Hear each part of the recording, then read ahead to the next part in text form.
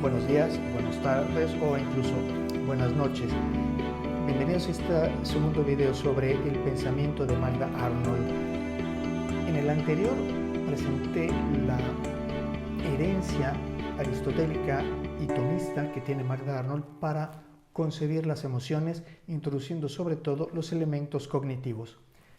Este video, que se puede ver separadamente del otro, aunque se integran, se entienden el uno sin el otro necesariamente, aunque es bueno ver cómo se integran, también con la ayuda de un texto más desarrollado, porque hay muchísimos elementos y es muy rico todo el desarrollo que hace Arnold de estos distintos elementos y dimensiones para entender y dar una imagen completa del ser humano, que para ella y para John Gayson, que fue quien la introdujo al pensamiento clásico, es indispensable para tener una psicología completa y bien integrada. Por eso ahora hablaremos de los juicios de apreciación en un ejercicio de zoom para concentrarnos en el análisis de lo que está detrás del surgimiento de las emociones y también de cómo esas valoraciones de elementos cognitivos y afectivos va interceptando distintos niveles de nuestras capacidades humanas para llegar a la razón, a la deliberación y a las distintas elecciones, incluyendo también los sentidos internos como la imaginación. En la segunda veremos el mapa antropológico completo de Gayson y Arnold que explican en distintas obras. Bueno, para empezar tenemos emoción, apreciación, deliberación y acción. Veremos cómo se van intercalando todos estos elementos en una visión muy analítica. Como ya sabemos, hace falta que se conozca un objeto, que sea valorado, porque hay objetos que se pueden presentar y no tener un impacto valorativo, los podemos ignorar, y también los podemos conectar. Ojo, no es necesaria la conexión, pero es muy frecuente y es lo más normal que se asocien los conocimientos presentes al almacén que tenemos en la memoria. Aquí empieza el desarrollo que se va a ir enriqueciendo y es entender que esa apreciación puede ser un juicio sensible de gusto o de disgusto de algo presente o futuro, pero ya también puede haber un juicio reflexivo, es decir, cómo me afecta. Ya no es tan genérico, sino cómo me afecta, si lo considero como bueno o como malo, conveniente o no conveniente, y que incluye el cómo es esta cosa o esta situación, si es presente, si ya estoy insertado en esa situación, si ya tengo el objeto, si ya se me presenta en este momento, cuáles son sus características reales, como su redondez, su dureza, si es lo más sensible que a lo que podemos referirnos. Esto lo compartimos con el animal, aunque en la persona humana ya se da una integración de los dos niveles y las puede distinguir, cómo me afecta sensiblemente y cómo lo quiero elaborar. Se puede pasar a un nivel siguiente, que es al desarrollo de la tendencia. Quiero saber, centro mi atención en eso que se me presenta. Está la curiosidad y ya está una dirección de la atención. De nuevo, el recurso a los recuerdos, es decir, cosas análogas que nos hayan producido gusto, disgusto, etc. Puede darse ya una primera tendencia espontánea o ya deliberada, que es propia del hombre, pero la espontánea es propia del animal. En cualquier caso, este recuerdo también parece que lo tienen los animales para asociar sus recuerdos con la atención que quieren dar al objeto presente. Se puede desarrollar a partir de aquí la tendencia ya como un deseo. Deseo hacer algo. Esto me ha suscitado, me ha estimulado de una manera todavía indeterminada. Y aquí puede intervenir la imaginación. Ya estoy proyectando cómo concretar ese deseo. De ese deseo se puede seguir la tendencia a la acción. Quiero hacer esto. Véase el papel que tiene la imaginación para conectar y proyectar, sobre todo cuando la cosa no es presente o si está presente, para resolver qué se quiere hacer en esa situación. Y de nuevo, del lado derecho tenemos la emoción. Fíjense cómo la emoción no ha aparecido todavía hasta este momento, sino que ya es una valoración que se ha percibido y está dando muestras, por decirlo así, de sus efectos en nosotros. De nuevo, compartimos muchos de estos elementos con los animales, pero ya empezamos a desarrollar el impulso voluntario. El quiero hacer esto ya puede estar mandado por una instancia superior que es la razón. Y una nueva apreciación más completa y ya es aprecio esto como conveniente, como bueno, incorporo el gusto, o lo aprecio como algo nocivo, como algo dañino, y lo rechazo, pero con esta segunda evaluación. Y de aquí se puede seguir la acción, no necesariamente, pero es lo normal que se siga la acción, o la inhibición de la acción. No me muevo hacia ello o me alejo de ello. Este es el esquema analítico de los tipos de juicios o de los niveles de enjuiciamiento que vamos dando a los objetos conocidos que tenemos, en este caso, arriba a la izquierda. En la siguiente diapositiva veremos como título general el desarrollo de la personalidad. Tenemos un ser humano que tiene una serie de elementos, de dimensiones, de facultades que le ayudan a ponerse en contacto con un objeto conocido. Tenemos una base neurológica que vemos en la base, no la vamos a desarrollar ahora. En esos años estaba empezando el estudio de la neurología y las bases neurológicas de nuestra sensibilidad, de nuestras emociones, etc. Se ha desarrollado mucho. Arnold ya lo entrevé en los años 50 y hasta el final de su vida académica, en los años 80, lo tuvo muy presente. Y esto en los últimos 35 años se ha desarrollado muchísimo. Tenemos los sentidos externos, los 5 tradicionales, más los sentidos internos que ya mencionamos, el sensorio común que unifica, la imaginación que recompone los datos de la memoria que nos ayuda, nos asiste continuamente, como ya veíamos en la diapositiva anterior, en la elaboración de juicios para ir comparando emociones, sentimientos, apreciaciones anteriores. Y la estimativa, que a nivel sensible es ya una proyección del valor que tienen las cosas para nosotros. ¿Sí? Ya hay un sopesar sensible de un posible objeto conocido. Ahí se resume nuestro conocimiento, que vamos a ver cómo seguir conectando, por un lado, implícito en la diapositiva anterior, lo explicitamos más todavía aquí, la experiencia, es decir, el conocimiento actual que recurre a la experiencia, que ha pasado en ocasiones más o menos parecidas. Y de ahí se sigue la apreciación que ya incluye casi todo lo que veíamos en la diapositiva anterior.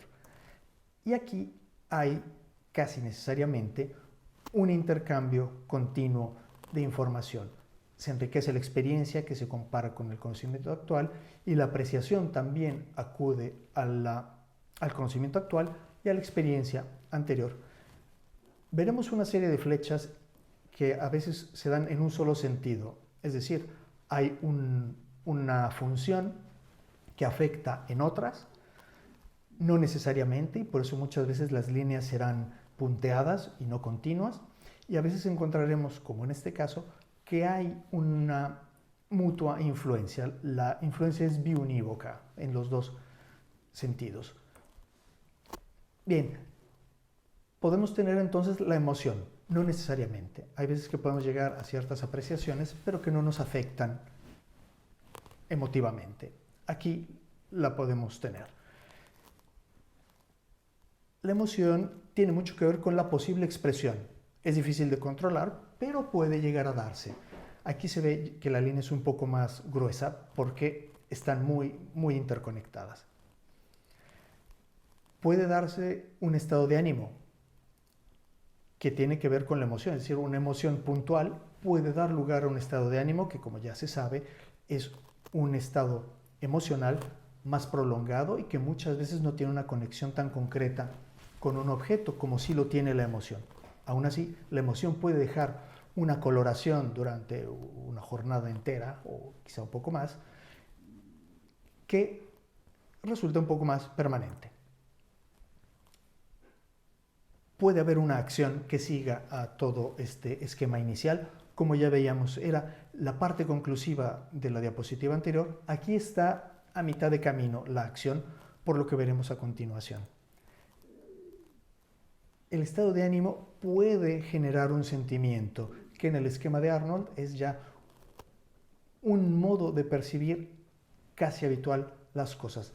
Ante ciertos objetos, ciertas emociones, ciertos estados de ánimo, nuestro organismo va aprendiendo a incorporarlo como sentimientos más estables.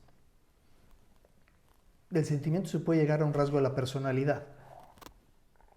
Y el rasgo de la personalidad puede influir en los sentimientos. Es decir, aquí hay una interacción, una retroalimentación, un feedback continuo entre muchos de los elementos que veremos a continuación. Del sentimiento y el rasgo de la personalidad se puede derivar una actitud, es decir, ya una tendencia más estable que también influye en nuestra manera de reaccionar, es decir, en la acción, que también ha recibido una carga de la expresión. Se pueden desarrollar hábitos. Arnold distingue entre actitud y hábito porque este último es más acendrado. Como vemos aquí, la flecha tiene también el doble sentido de influencia y es más robusta. Es decir, entre el hábito y la actitud hay una interrelación muy fuerte, y en toda esta parte derecha, como es lógico pensar, y Arnold lo subraya, cada vez es más difícil modificar estos estados anímicos. Es decir, se van enraizando, se van acendrando y va siendo cada vez más difícil intervenir sobre ellos.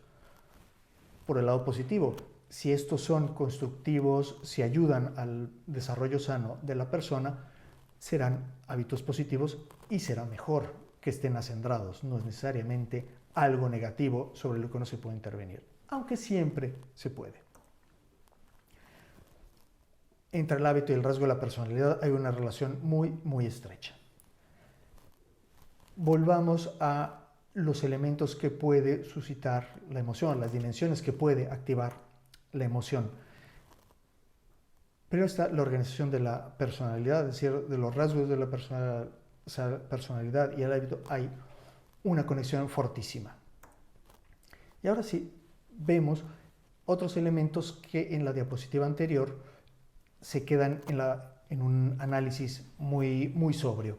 Aquí veremos cómo de la emoción se puede pasar al juicio racional, con o sin expresión. Muchas veces ya también con expresión podemos pasar a una evaluación de otro nivel, en la que intervienen varios elementos y sus relaciones mutuas, que son la deliberación, es decir, ya un sopesar, pensar alternativas y valorar cuál puede ser la mejor, o abandonar, o pedir mayor información, etc. Están nuestros valores, qué es lo que consideramos conveniente o no conveniente a un nivel ya de valoración compleja. Y luego, ¿cómo lo podemos transformar en motivación? Es decir, hay cosas que vemos, que entendemos que son buenas según nuestros valores, y podemos elegir esos deseos, convertirlos en una motivación. Arnold le da un peso especial a esto porque es la transformación que podemos dar a algo que es una información sensible en una elección valorada, ponderada racionalmente. Hay una interrelación muy fuerte entre estos tres elementos, casi podemos decir necesaria, y el juicio racional incorpora todo esto. Es decir, ya el juicio racional es una valoración polifacética, múltiple, cosa que no tiene nuestra fase emocional. Es importante el papel que tienen las relaciones. Es decir, ya las relaciones están interactuando con toda esta esfera del juicio racional. Y también cómo consideramos nosotros nuestro bienestar. Tanto las relaciones como el bienestar tienen que ver con el largo plazo, cómo son, cómo las queremos fomentar, cuáles queremos evitar porque nos damos cuenta que son nocivas, y cuál es nuestro verdadero bienestar. De nuevo tenemos aquí flechas con dirección biunívoca y muy robustas, como las que tenemos también arriba a la derecha. Hay una fuerte relación de todas estas, nuestras relaciones, subrayo, nuestras relaciones con las demás personas, con nuestros ambientes de trabajo, sociales, etc. Y Un elemento que retoman en parte Gayson y Arnold de Viktor Frankl, pero lo matizan seriamente, es el ideal de vida. La organización de la personalidad, es decir, todo el juego continuo de mis facultades internas, a partir de las cognitivas hasta las apreciativas, emocionales, etcétera, dan esa organización. ¿Cómo juegan las distintas piezas? Bueno, tiene mucho que ver con el ideal de vida. Y el ideal de vida está muy conectado con el juicio racional. Cada vez que tenemos una decisión importante que tomar, una evaluación importante que tomar, es mejor que esté conectado con un ideal de vida. Si no, no se da una organización. Se queda uno en una personalidad desorganizada o organizada de manera muy precaria. Es decir, esta parte en rojo es central para Gayson y para Arnold. Es muy importante que la persona vaya constituyendo un modelo ideal de ser humano que le sirve para emular, no para sobreponerse completamente, sobreponerse en el sentido de empalmarse completamente. No es alcanzable, pero siempre da una dirección a todas estas decisiones que pueden ser muy cambiantes a lo largo del tiempo y que incorporan todo esto, nuestras relaciones, nuestro bienestar, que dependen de toda la parte superior, de nuestro conocimiento, de nuestros estados de ánimo, que son más o menos permanentes. Y del ideal de vida puede partir la iniciativa para moderar la organización de la personalidad, incluso en rasgos ya muy acendrados, en los hábitos, en las actitudes. Las líneas puntadas quieren decir que nada de esto es mecánico. Muchos de los procesos se pueden interrumpir, se pueden enriquecer, se pueden incluso revertir a distintos niveles y con distintas consecuencias. Repito, esto requiere una profundización de cada uno de los aspectos. Arnold y Gayson la tienen. Esto sirve simplemente para darse una idea del mapa general de su propuesta. Muchas gracias. Espero que lo puedan conectar con el otro video sobre las emociones, que tiene una gráfica distinta y mucho menos analítica. Muchas gracias.